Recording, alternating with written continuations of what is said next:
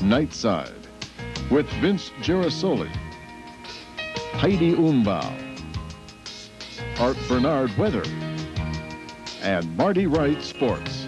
Now, News 4, Nightside. Good evening, everyone, and thanks for joining us on Nightside tonight at 11 o'clock. An abrupt end to Nevada Day celebrations tonight. Almost all of the Carson City firefighters are on the scene of an uncontrollable blaze that has already destroyed a portion of the Safeway Plaza off Carson Avenue. Details right now are still sketchy. Fire investigators are unsure of how the blaze started. They've reported no injuries so far, although they expect extensive property damage. News 4 is following the story and will keep you updated as more information becomes available. Nevadans held a giant birthday party today in Carson City earlier where the mood was much different. It came complete with a parade and thousands of cheering spectators. As News 4's Victoria Campbell reports, when Nevadans throw a party, they really do it with style. It was a day to celebrate Nevada, the 124th anniversary of the Silver State's admission to the Union and the 50th Nevada Day Parade. Unlike last year when the celebration was rained out, this Nevada Day dawned unseasonably warm and sunny.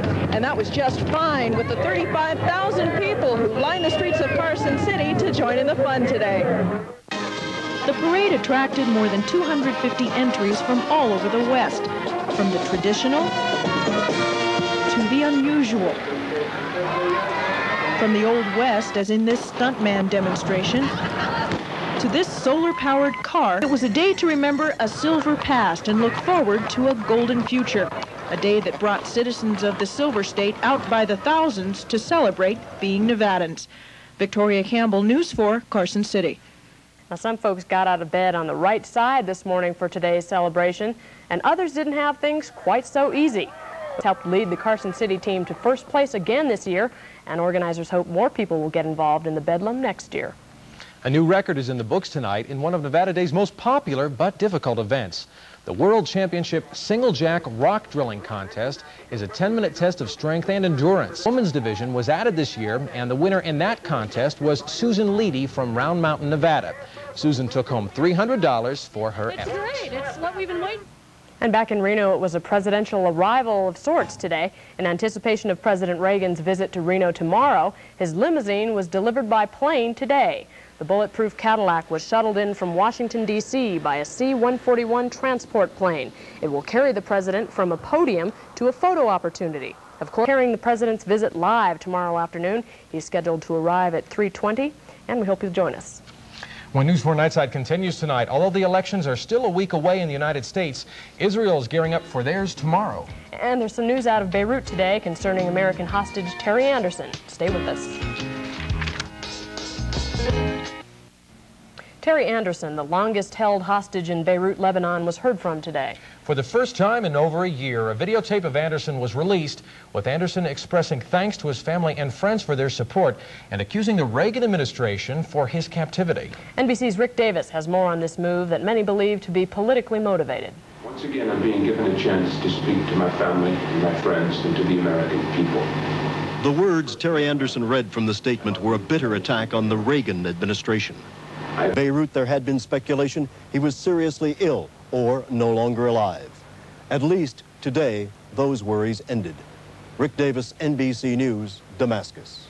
Also tonight, former First Lady of the Philippines, Imelda Marcos, is a virtual prisoner herself in New York City. Imelda's arrangement has been postponed until he is well enough to leave Hawaii, where he and his wife fled more than 2 years ago. It appears that Sears is selling out, but not completely. The company is just getting rid of its corporate headquarters in Chicago, Illinois. No estimates yet on how much the world's tallest building will go for, but Sears Roebuck hopes its sale will help streamline the company. The Soviet Union appears to be on the offensive in Afghanistan tonight, despite assurances it would launch no more attacks. Today it was announced by the State Department the Soviet Union launched air attacks against the U.S.-backed rebels. State Department spokesman Charles Redmond says he doesn't know if the Afghan rebels suffered any casualties as a result of the Soviet attacks, but he did say the matter will be taken up with the Soviet Union at the earliest possible opportunity. The Soviets are still in the process of removing all their troops from the country it invaded in 1979. It is election eve in Israel, but throughout the country the mood is somber. Earlier today in Jerusalem, funeral services were held for an Israeli woman and her 3 children. The 4 were killed Sunday during a firebomb attack on a bus, birthplace of the labor union. The Wensa claims the move is a personal provocation by the new prime minister.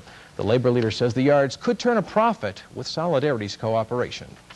John Houseman, best known for his portrayal as the crusty old law professor Kingsfield in the Paper Chase movie, died today of cancer. Houseman won an Oscar for his role. 1938 radio version of The War of the Worlds. John Houseman is dead tonight at 86. A very fine actor he was. Yes. I have many fond memories. That's right. A very fine weatherman, too, is sitting to your right. His name's Art Barnard, and he's here right now. Hi, Art. Well, hi. I suppose you expect me to follow John Houseman with... No, we expect you to follow this great Nevada Day weather with some more. Well, we're going to see some more clouds tomorrow. Unfortunately, there's nothing really in the way of precipitation associated with it. And as far as the long-range outlook goes, well, expect more of the same kind of temperatures we've been having, staying above normal right through much of this week.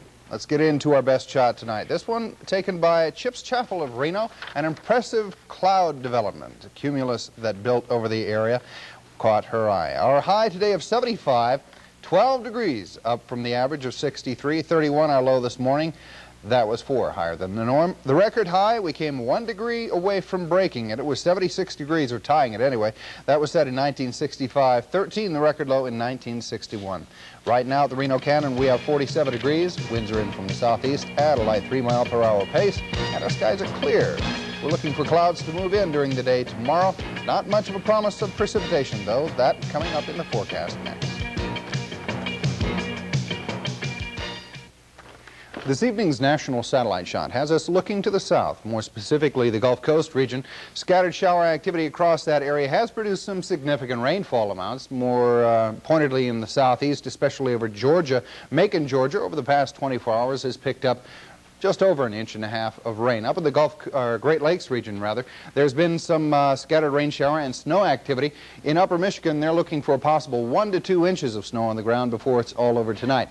In the western U.S., high pressure has been the dominant weather feature for much of the weekend and into the start of this week, and it will continue to do so. Low pressure moving into the lower coast of California has picked up on a little bit of subtropical moisture and has moved it into the area, giving us our high clouds today. The main low pressure trough, though, is going to continue advancing eastward and moving through our area. This will increase our clouds across much of Nevada during the day tomorrow and give us generally partly cloudy to mostly cloudy skies, but again, most of the precipitation will be staying well to the north, closer to the low center, mainly over western portions of Montana into northern Idaho. Some speculation that they'll begin to see some pretty good snowfall amounts in the higher elevations of the Cascades in Oregon and Washington, too. Let's move on to our forecast, where we continue dry but mild. Northwest Nevada tonight, generally cloudy skies, giving a little bit of a break. Tomorrow the sun will come out partly anyway, partly cloudy for Tuesday, 71 for a high after a morning low of 26. West Central Nevada tonight and Tuesday for Lovelock, Fallon, Yerington, and Hawthorne. Variable high clouds tonight. Those will thicken up a little bit tomorrow as that trough continues pushing across the area. Overnight lows will drop into the mid-20s to mid-30s. Highs tomorrow right around the low to mid-70s. South central part of Nevada, Tonopah Goldfield area, 37 for a morning low under variably cloudy skies, with tomorrow's afternoon topping out near 70. Extreme western Nevada, variable cloudiness tonight. Tuesday, partly cloudy. Afternoon winds picking up a bit as that low pressure trough advances across the region, westerly to 25 miles per hour. 31 for a morning low in Reno and Carson, 71 for a high. Virginia City's high tomorrow, 63.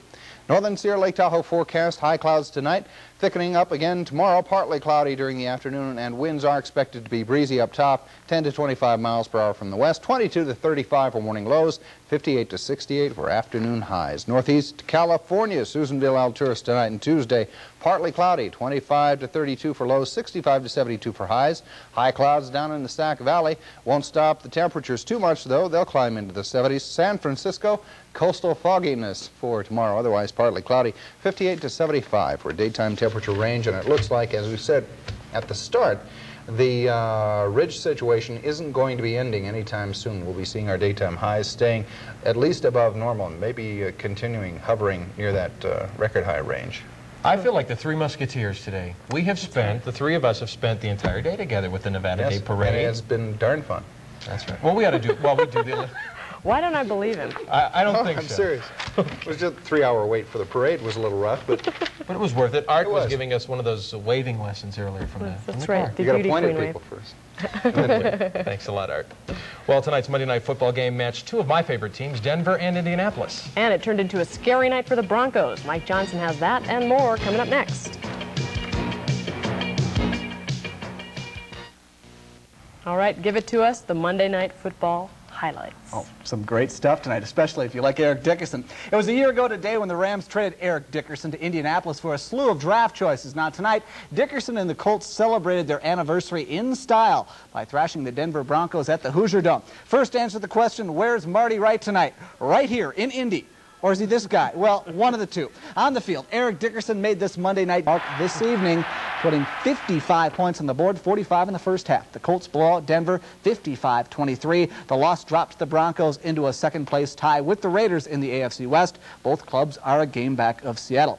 Now, the 49ers, they are a game back in the NFC West after yesterday's 24-21 win over Minnesota. Steve Young gave the 49ers that win with a spectacular 49-yard touchdown run late in the game. Today, 49er coach Bill Walsh said Young will be his starting quarterback Sunday when the 49ers travel to Arizona to take on the Phoenix Colts.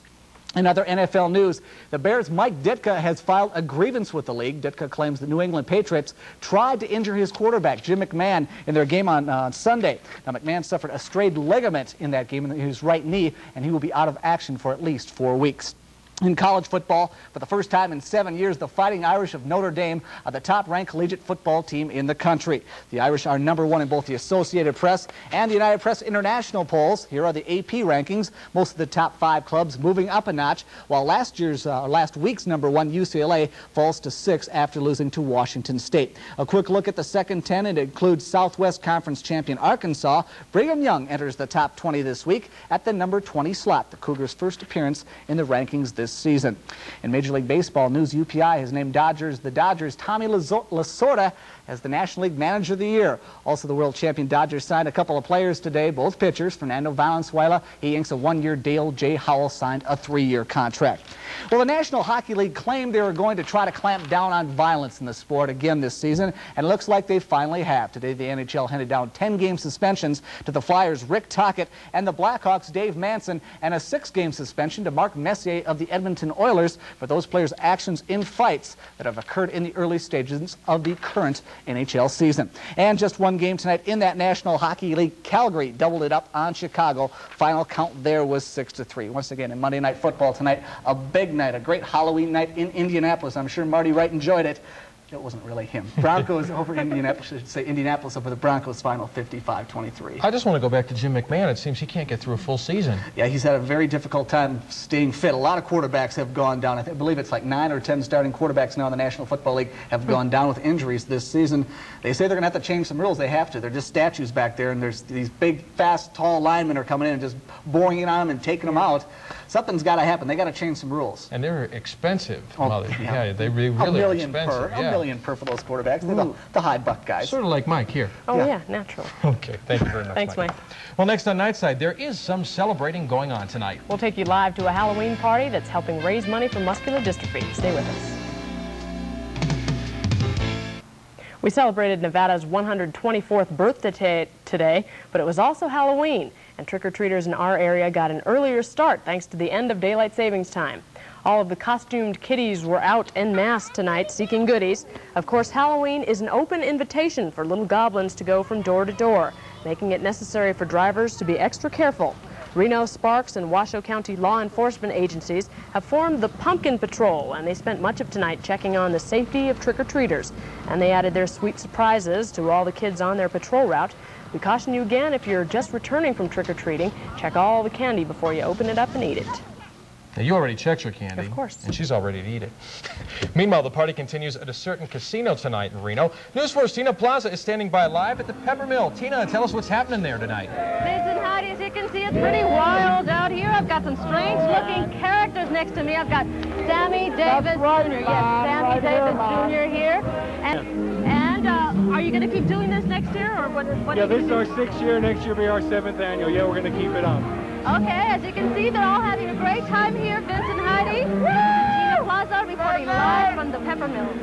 Tina, where's your costume? What's my costume? I'm me. Thank you very much, Tina. That is incredible. She's going as a TV reporter. I love it. Right. Well, that's what. Hey, did you get a load of some of those costumes? Hey, those people go all out, you know. But then again, I like Budweiser. That's right. Oh, Johnson. I'm honest. Seriously, Art, what was the strangest? I like Mac tonight, and well, yeah, we saw a good Mac tonight at the parade. Huh? We saw a good Mac at the parade today. What was the strangest costume you ever wore on Halloween? Oh. Now, oh, great. A good time to draw a blank, right? It was Mike Johnson. It's that Mike Johnson costume. It was the Mike Johnson mask I had. Back in Mankato, right? Back in Mankato, yeah. Minnesota. How about you, buddy? Come on, tell us. The strangest costume you ever wore? I went as a woman, I think, when I was in 5th grade. As an old lady. In 5th grade? When I was in 5th grade. And I went as that same old lady in the 3rd and 4th and 5th grades. I borrowed your costume. That's right. We sent it through the mail. It was great. Okay. This is silly. Okay, we want to remind you that we will have coverage tomorrow. President Reagan's visit to Reno, and that's coming up around 20 minutes after 3 tomorrow. We hope you can join News 4. And thanks for joining us tonight, everybody. Good night.